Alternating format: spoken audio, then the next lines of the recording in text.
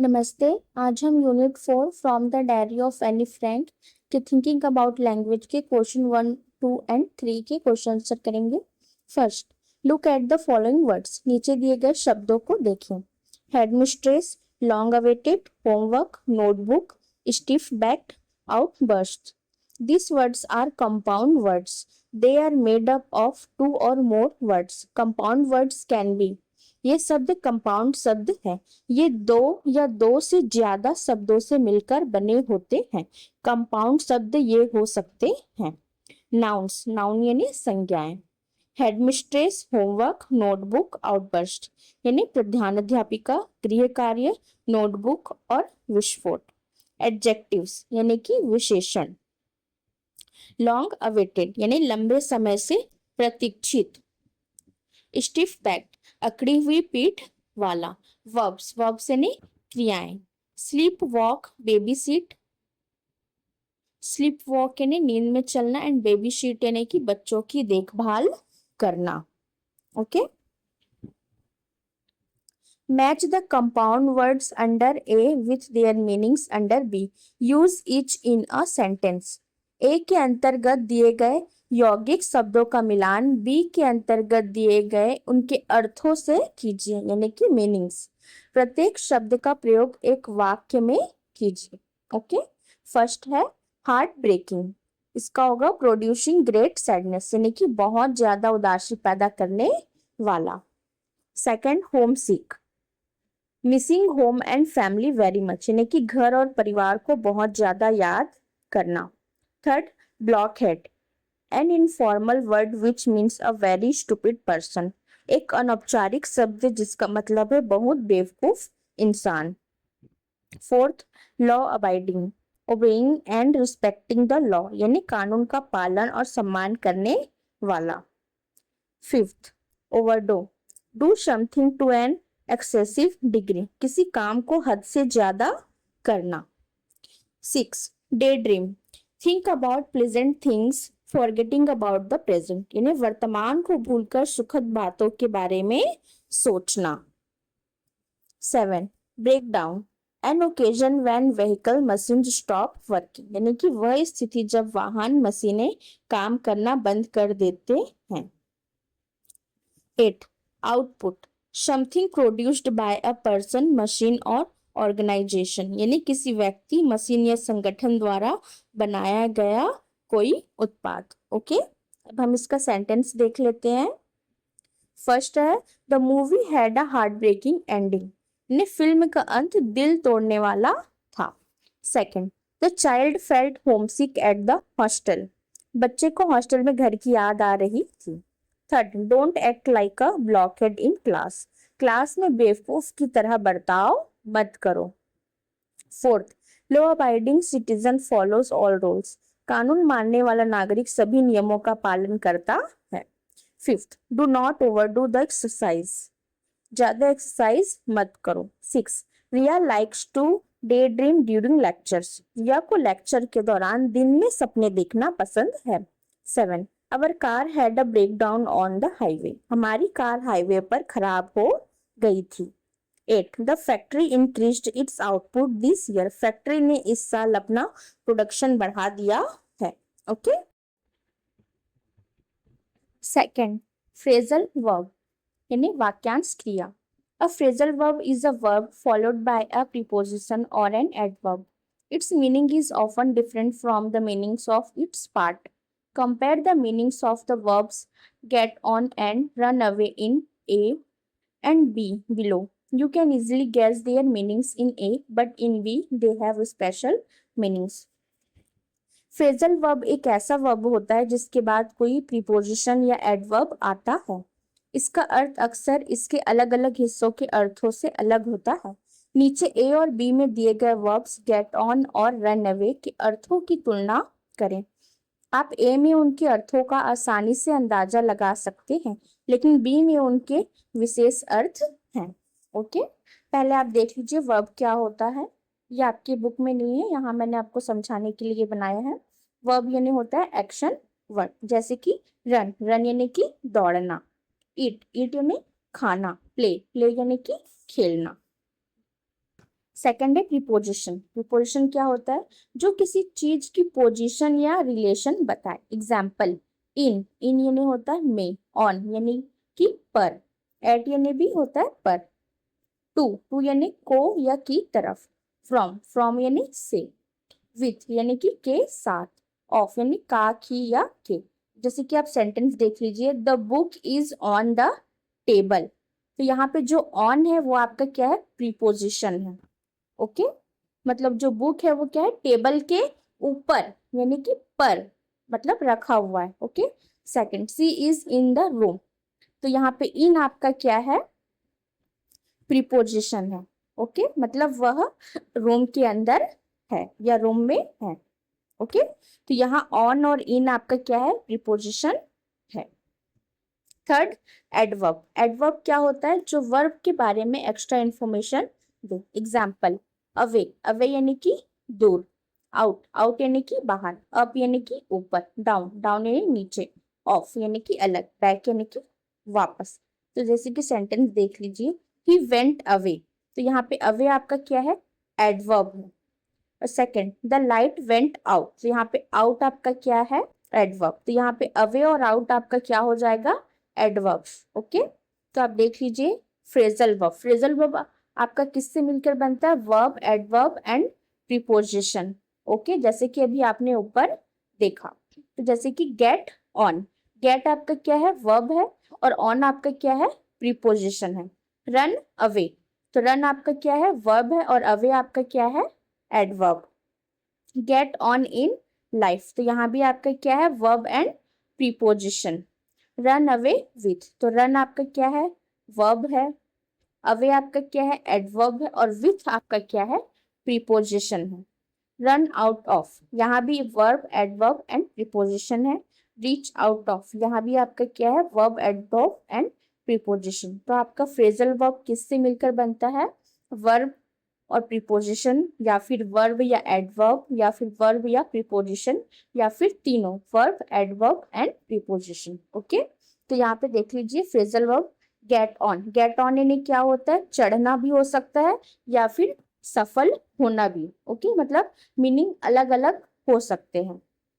Run away यानी कि भाग जाना। गेट ऑन इन लाइफ यानी कि जीवन में सफल होना। रन अवे विथ यानी कि आसानी से जीत जाना। जैसे कि आप यहाँ देख सकते, एक रन अवे यानी भाग जाना है, और यहाँ पे रन अवे विथ है प्रीपोजिशन के साथ। तो इसका मीनिंग क्या हो गया? आसानी से जीत जाना। रन आउट ऑफ, इसका मतलब है खत्म हो जाना। And last, reach out of, reach out to यानी कि संपर्क करना या पहुंचना। Okay, first, she got on at Agra when the bus stopped for breakfast, यानी कि जब बस नाश्ते के लिए रुकी तो वह आगरा में बस में चढ़ गई। गेट ऑन, गेट ऑन यानी क्या होता है? चढ़ना या सवार होना। ओके, तो देखिए यहाँ पे गेट यानी क्या होता है? पाना, और ऑन यानी क्या होता है? पर, लेकिन दोनों मिलकर बस या ट्रेन में चढ़ने का अर्थ देते हैं। तो यह आपका क्या बन जाता है? आपका phrasal verb. Okay, second, Dev Anand run away from home when he was a teenager. Dev Anand जब किशोर थे तब वे घर से भाग गए थे। रन अवे, रन अवे ने क्या होता है? भाग जाना। लेकिन अगर आप दोनों की मीनिंग अलग अलग करके देखेंगे तो रन यानी क्या होता है? दौड़ना, और अवे यानी क्या होता है? दूर। लेकिन मिलकर इनका अर्थ क्या बनता है? रन अवे यानी भाग जाना। ओके, जैसे कि रन आपका वर्ब है और अवे आपका क्या है? Adverb. Okay, B, she eager to get on in life success, यानी कि वह जीवन में आगे बढ़ने, सफल होने के लिए उत्सुक है। तो यहाँ वही फ्रेजल वर्ब विशेष अर्थ में है। ओके, तो यहाँ पे देखिए, she is eager to get on in life. तो यहाँ पे गेट ऑन यानी क्या है? सफल होना या तरक्की होना। यहाँ पे बस में चढ़ना नहीं है, जैसे कि अभी आपने ऊपर वाले सेंटेंस में देखा था, वहां पे गेट ऑन का मीनिंग क्या था? बस में चढ़ना। तो यहाँ पे क्या है? विशेष अर्थ के साथ, जैसे कि आपको बताया गया था। Second, the visitors run away with the match won easily, मेहमान टीम ने मैच आसानी से जीत लिया। तो यहाँ पे रन अवे विथ का क्या मीनिंग है? आसानी से जीत जाना। Okay, Some phrasal verbs have three parts: a verb followed by an adverb and a preposition. कुछ phrasal verb के तीन हिस्से होते हैं, एक verb के बाद एक adverb और एक preposition, जैसे कि मैंने आपको ऊपर टेबल में बताया था. C. Our car run out of petrol just outside the city limits. हमारी कार का पेट्रोल शहर की सीमा के ठीक बाहर खत्म हो गया. तो रन आपका क्या है? वर्ब है. आउट आपका क्या है? एडवर्ब है. और ऑफ आपका क्या है? प्रीपोजिशन है. तो रन आउट ऑफ यहाँ पे क्या है? रन आउट ऑफ यानी खत्म हो जाना. D. The government wants to reach out to the people with this new campaign, यानी कि सरकार इस नए कैंपेन से लोगों तक पहुंचना चाहती है. रीच आउट टू यानी लोगों तक पहुंचना या संपर्क करना. Okay. First, the text you have just read has a number of phrasal verbs commonly used in English. Look up the following in a dictionary for their meanings under the entry for the italicized word. आपने अभी जो text पढ़ा है उसमें कई phrasal verb हैं जो आमतौर पर इंग्लिश में इस्तेमाल होते हैं. नीचे दिए गए शब्दों के मतलब के लिए डिक्शनरी में देखें इटैलिक शब्द की एंट्री के नीचे. ओके जी. फर्स्ट, प्लग इन यानी सीधे कूद पड़ना. सेकंड, कीप्ड बैक यानी रोक कर रखना. थर्ड, रैम्बल ऑन यानी बकबक करते रहना. And fourth, get along with यानी कि तालमेल बिठाना. इनके मीनिंग्स देख लेते हैं. फर्स्ट है प्लग इन यानी go straight to the topic, start something immediately यानी सीधे विषय पर आना या तुरंत कुछ करना. Second, kept back, not promoted to the next class और ग्रेड, अगली क्लास या ग्रेड में प्रमोट ना होना. थर्ड, रैम्बल ऑन, टॉक और write for a long time without focus, बिना किसी फोकस के लंबे समय तक बात करना या लिखना. Fourth, get along with, have a friendly relationship with someone, किसी के साथ दोस्ताना रिश्ता रखना. Okay. Second, now find the sentences in the lesson that have the phrasal verbs given below. Match them with their meanings. You have already found out the meanings of some of them. Are their meanings the same as that of their parts? Note that two parts of a phrasal verb may occur separated in the text. अब lesson में वे वाक्य ढूंढे जिनमें नीचे दिए गए phrasal verb हों. उन्हें उनके मतलब से मिलाएं. आप उनमें से कुछ के मतलब पहले ही जान चुके हैं. क्या उनके मतलब उनके हिस्सों के मतलब जैसे ही हैं? ध्यान दें कि टेक्स्ट में फ्रेजल वर्ब के दो हिस्से अलग अलग हो सकते हैं. Okay. First, plug in, go straight to the topic यानी कि सीधे विषय पर आ जाना. सेकंड, कीप्ड बैक यानी नॉट प्रमोटेड यानी कि अगली क्लास में ना भेजना, प्रमोट ना करना. Third, move up, go to the next grade यानी अगली क्लास में जाना. फोर्थ, रैम्बल ऑन, स्पीक और राइट विदाउट फोकस यानी कि बिना किसी खास विषय पर ध्यान दिए बोलते या लिखते रहना. फिफ्थ, गेट अलोंग विथ यानी have a good relationship with, किसी के साथ अच्छे संबंध होना. Six, calm down, make them remain quite, किसी को शांत कराना. सेवन, स्टे इंडोर्स यानी कि घर के अंदर ही रहना. 8, मेक अप फॉर, कंपनसेट, किसी नुकसान की भरपाई करना. 8, hand in, give an assignment homework to a person in authority the teacher, किसी अधिकारी जैसे शिक्षक और कोई असाइनमेंट होमवर्क जमा करना. थर्ड, इडियम्स यानी कि मुहावरे. Idioms are groups of words with a fixed order and a particular meaning different from the meanings of each of their words put together. Phrase verbs can also be idioms. They are said to be idiomatic when their meaning is unpredictable. For example, do you know what it means to meet one's match in English? It means to meet someone who is as good as oneself or even better in some skill or quality. Do you know what it means to let the cat out of the bag? Can you guess? मुहावरे शब्दों का एक group होता है जिसका एक तय क्रम होता है और एक खास मतलब होता है जो उनके हर शब्द के कुल मिलाकर मतलब से अलग होता है. फ्रेज वर्ब भी मुहावरे हो सकते हैं. उन्हें मुहावरा तब कहा जाता है जब उनका मतलब पता ना हो। उदाहरण के लिए, क्या आप जानते हैं कि इंग्लिश में मीट वंस मैच का क्या मतलब है?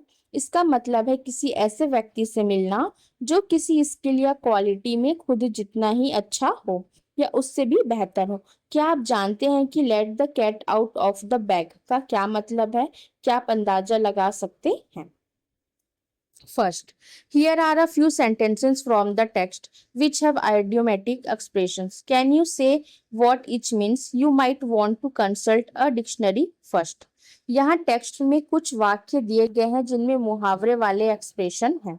क्या आप बता सकते हैं कि हर एक का क्या मतलब है? आप पहले एक डिक्शनरी देख सकते हैं।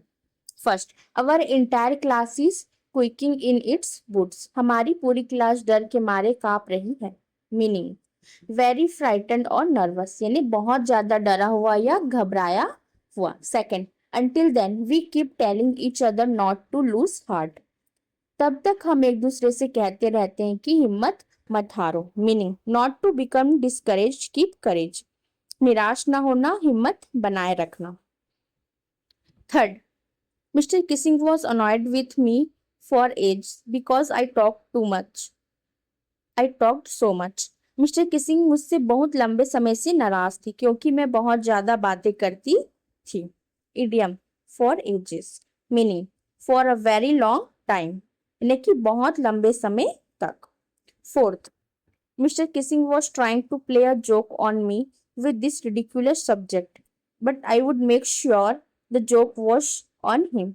मिस्टर किसिंग इस बेतुके विषय के जरिए मुझ पर मजाक उड़ाने की कोशिश कर रहे थे, लेकिन मैंने यह पक्का कर लिया था कि मजाक उन्हीं पर भारी पड़ेगा। Meaning, the trick would backfire on him, he would become the victim of the joke. उनकी चाल उन्हीं पर उल्टी पड़ जाएगी, वे खुद ही मजाक का शिकार बन जाएंगे। Okay. Second, here are a few more idiomatic expressions that occur in the text. Try to use them in sentences of your own. यहाँ कुछ और मुहावरे हैं जो पाठ में आते हैं, इन्हें अपने वाक्यों में इस्तेमाल करने की कोशिश करें। फर्स्ट, कॉच माई आई, यानी कि मेरा ध्यान खींचा।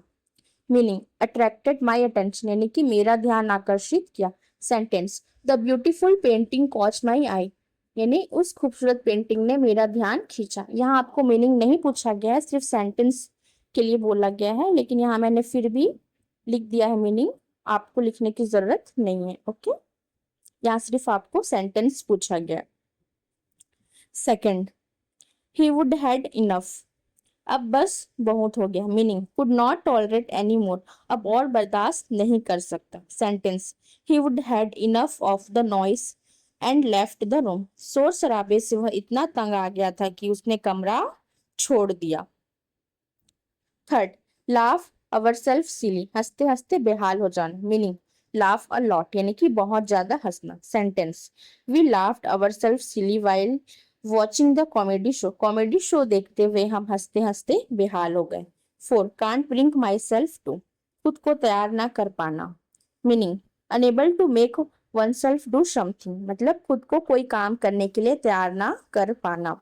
Sentence, I can't bring my self to throw away my old photographs, यानी कि मैं अपनी पुरानी तस्वीरें फेंकने के लिए खुद को तैयार नहीं कर पा रहा हूँ। ओके।